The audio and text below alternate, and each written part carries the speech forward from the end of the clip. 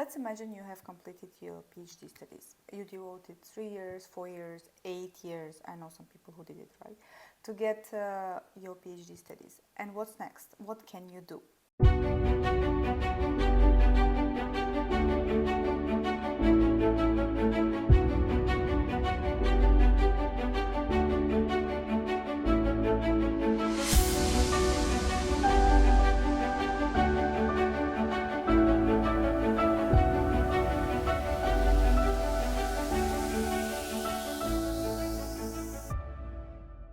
Hello everyone, welcome to my YouTube channel. My name is Muhayyo. In this channel we are talking about how to move abroad, how to live abroad, how to get fully funded scholarships abroad. Within this video I will talk about what kind of career path you can take as a PhD graduate. Currently I'm doing my PhD in political science in Hungary, and I have faced the same problems. First, we will talk about some options that we have as a PhD graduate, and then later I will share my own experience with you. Broadly talking, you have two great big options after you complete your PhD. The first one is postdoc or postdoctoral programs, they usually call it. So if you're talking about postdoc, I think you can guess from the name of it that it is what you do after your doctoral degree. So a postdoc means that you will stay in academia mostly, so you will continue doing research. In some cases you continue teaching because I know that a lot of PhD programs include teaching also, and after you finish your postdoc, it can be 2 months, it can be 3 months, it can be 4 years, depending on what kind of program you will find. And after you finish your postdoc, you will be able to get a professorship within a university or stay in a project continuing research. How can you find postdoc and what kind of postdoc you have to look for, and whether it's a fully funded opportunity or not. Talking about what kind of advantages is there if you decide to continue your studies, I would say, and stay in academia and get a postdoc program, I would say about higher pay. So now you are not student anymore, you are at the same level as the employees of the university or research center, and at the same time you can get a lot of experience in the area, especially the research, the teaching, because some of the postdoc programs include teaching, and of course you can enhance your networking, which is very, very important in academia. Talking about the disadvantages of staying in postdoc, of course you will not be able to leave the project. In most cases you have to sign the contract for 3-4 years, and it's not possible to leave it. So if you are not keen on academia, and if you are doing your PhD and you realize that it's not what you are doing, then you have to consider the second option that you have. Second option is mostly non-academic jobs and experience that you can get. First of all, you have to remember that you have already done a lot in your life. I mean, as a person, because PhD is not easy thing to do. Can you imagine? You have been devoting, and you have devoted your I don't know, 6 years of your life to do research to get the PhD degrees, because usually sometimes you can just work after a bachelor degree, right? So it's these 6 years includes both your master and PhD. So my point is here that you have already done a lot, and at the same time you have to remember that all companies everywhere in the world, whatever you see around you, has been gone through research and analyzing phase. So it means that in all areas your skills as a researcher is needed.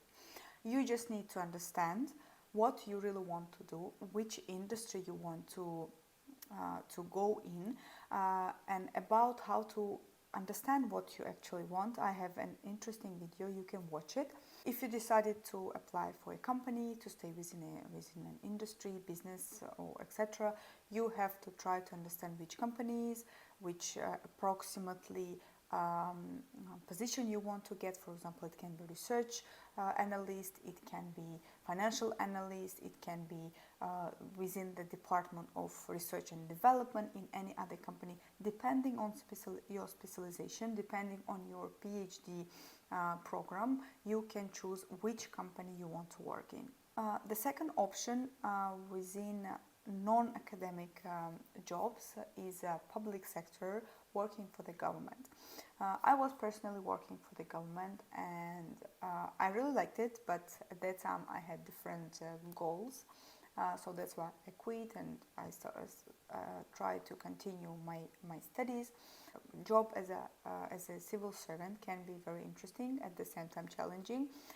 You can be responsible for research, for policy brief writings, for the reporting, for the analyzing, for the implementing and creating new policies within the government.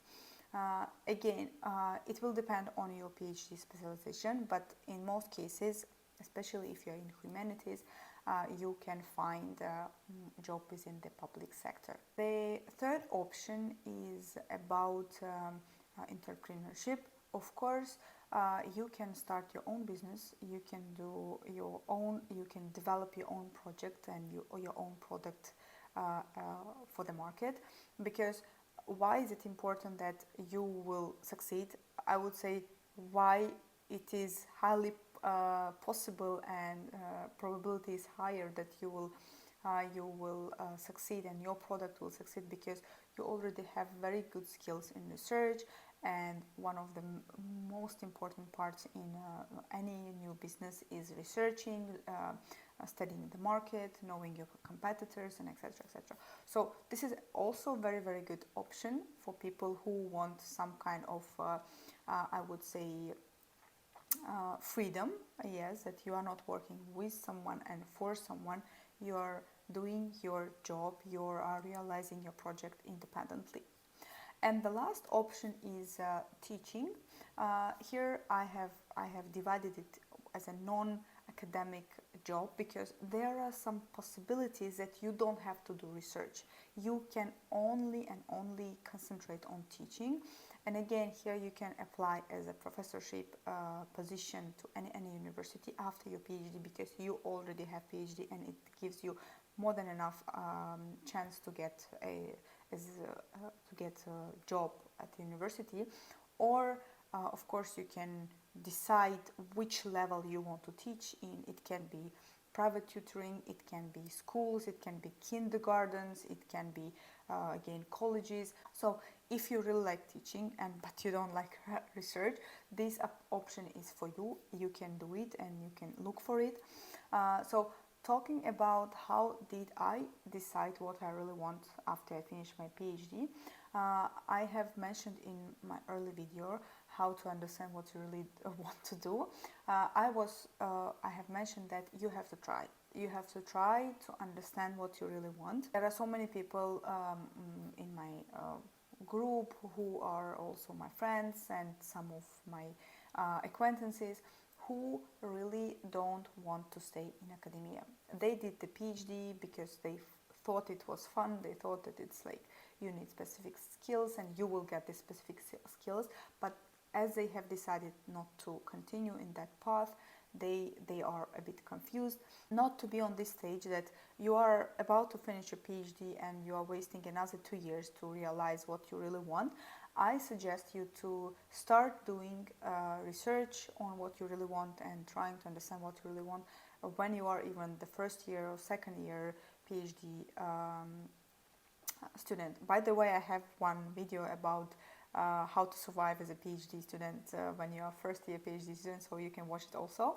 So to understand what you want, try it. Try different things. You can start your own project because of course PhD needs a lot of time, but at the same time you can free some time if you want to do so. So in my case, I was trying to teach when I graduated after I graduated from university with a master degree. I tried to teach at university in my country, and I really liked it. And I was like, okay, if I want to do it more professional, in more professional way, then I have to get my PhD. And still, when I moved to Hungary, when I start teaching again within my PhD program, I realized that yes, this is what I really want to do. But just for information, it didn't come like this. I have tried 6 more professions before I realized that, this is what I really want, you know. So that's why what I recommend you to do, please and please try new professions. You can do it at the same time with your PhD. You can get internship, you can get fellowship, you can even work as a volunteer. Try different things so you can realize what you really want. So in the end, I would say that please don't get upset, don't give up, because I know a lot of people who finish their studies as a PhD students and now they're depressed and they don't know what career path to take, and they think that it was useless things to do to study as a PhD. No, believe me, PhD has given you a lot of things as a research skills, as a presentation skills, public speaking, teaching, working with people, networking, a lot of things that you can use if you want to stay in academia or you want to go to industries and businesses. Thank you for watching this video. See you in my next videos.